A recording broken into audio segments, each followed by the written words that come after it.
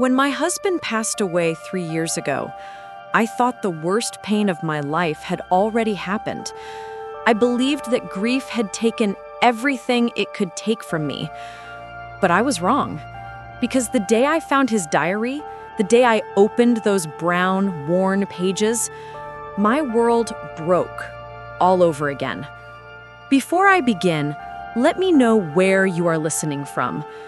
And please don't forget to subscribe to the channel and share this story with others. It helps more than you know, and I'm grateful for every heart that listens. Now, this is the story of how one diary entry changed everything I thought I knew about my marriage, my husband, and myself. I still remember the sound of the rain tapping against the old window that morning, a quiet, gentle rhythm, a rhythm that almost made the truth easier to hold, if only for a moment. My name is Anna.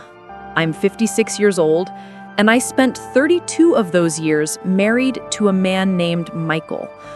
To everyone who knew him, Michael was the gentle kind, the sort of man who held doors open, who remembered birthdays, who never raised his voice. He had a smile that made people trust him right away. And as for me, well, I wasn't always that easy to love.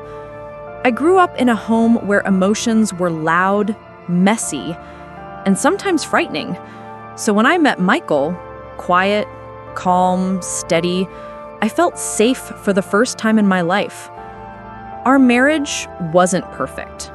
No marriage is, but it was ours. Built slowly like a small house you add bricks to each year.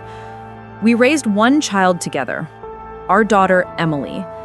She was the center of our home, the golden light in Michael's eyes, and even in the hardest years, job losses, illnesses, misunderstandings, we held each other together. At least, that's what I believed. Looking back now, I realize how much I filled in the silence with my own assumptions. I thought his quiet meant peace. I thought his calm meant contentment. I thought his long pauses meant he was just thinking. I never imagined they meant he was holding back a truth. After Emily moved out for college, the house changed. It didn't echo, it sighed. And sometimes those sighs sounded like they came from Michael.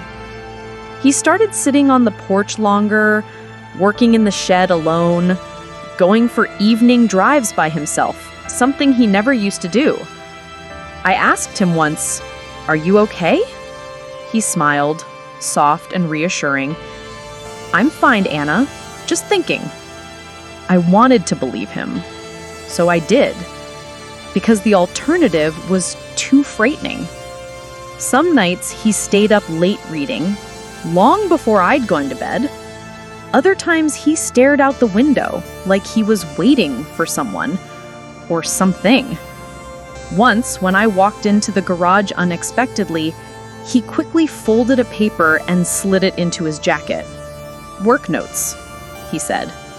Michael never lied. At least, I believed he didn't. But as the months passed, a small distance grew between us.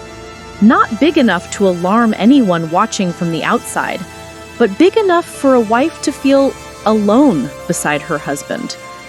We didn't fight. We just drifted. And then the illness came. A sudden, sharp heart attack that took him before he could even look at me one last time. I didn't get a chance to ask him what had been hurting him, what he had been thinking all those late nights. He left without answering the questions I didn't know I needed to ask. It took me 3 years to gather the strength to clear out his things. 3 years of touching his shirts and pulling my hand away because they still smelled like him. 3 years of walking past his old desk, pretending I didn't notice the locked drawer. But one morning, I woke up feeling different. Stronger, maybe? Or simply tired of carrying a grief that never softened. I opened the drawer. Inside was a small black diary, the cover worn and familiar. He had carried it for years. I thought it only held work notes, schedules, random ideas, but the moment I saw the handwriting inside, I felt my chest tighten. These weren't work notes. These were pieces of him, pieces he never shared. I opened to the first entry dated 12 years before he died. I love Anna. I always will. But there is a part of her that never looks at me. Not really. I want to tell her how I feel, but I don't want to burden her. Burden me? Burden me with what? I turned the page. Sometimes I feel lonely, not because she doesn't love me, but because she doesn't see the parts of me that are hurting. I whispered, "Michael, why didn't you tell me?" A quiet ache spread across my chest. Then I found the entry that changed everything. Today I saw her again. I froze. Her? Who was her? The entry continued. She walked past me at the bookstore. The same smile, the same voice, the same eyes that once made me question everything. I didn't speak to her. I couldn't. But it made me wonder about the choices we make and the ones we live with. My breathing slowed. The room felt smaller. Who was this woman? Someone before me? Someone after me? My heart whispered a truth my mind didn't want to hear. Michael had secrets. Secrets he took to the grave. The diary entries continued. Not every day, not even every month, just moments when he needed to unload what he couldn't say out loud. I saw her again today by accident. I didn't speak. I think I just needed to see her face one last time, to close the door fully. One last time? I felt dizzy. Was this a former love? A woman he never moved on from? A moment of temptation? Or something else entirely? Then came the entry that broke me. Anna told me she feels like she's failing as a wife. She doesn't know I feel the same. She doesn't know I spent so many years trying to be stronger than I am. I wish I could tell her. Maybe one day. But that day never came.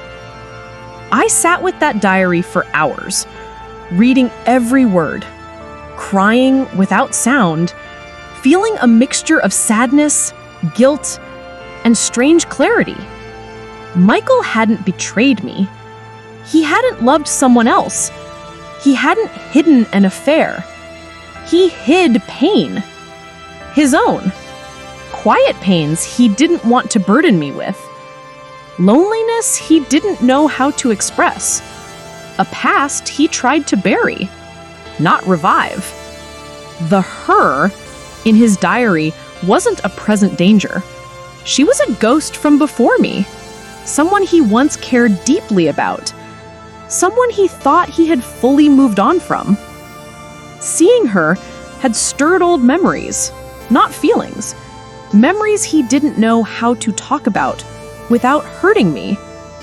I realized something painful. I thought being a good wife meant being strong, calm, capable. But maybe he needed me to be soft instead, to ask more, to listen deeper, to notice the quiet sighs. I closed the diary and held it to my chest. It felt like holding his heart. It has been 6 months since I found the diary, and strange as it sounds, it healed me. I no longer wonder what he thought, what he felt, what he hid. Now I know. He loved me, deeply, faithfully, but he was human, and humans carry wounds they don't always know how to share. Sometimes love is not about perfect communication. Sometimes it's about forgiving the silence. I visit his grave every Sunday. I sit beside the stone and talk to him as if he's still listening. I tell him I'm not angry. I tell him I understand. I tell him I'm grateful he loved me in the way he knew how. And I tell him the one thing I wish I had said more often when he was alive. I see you, Michael. Every part of you.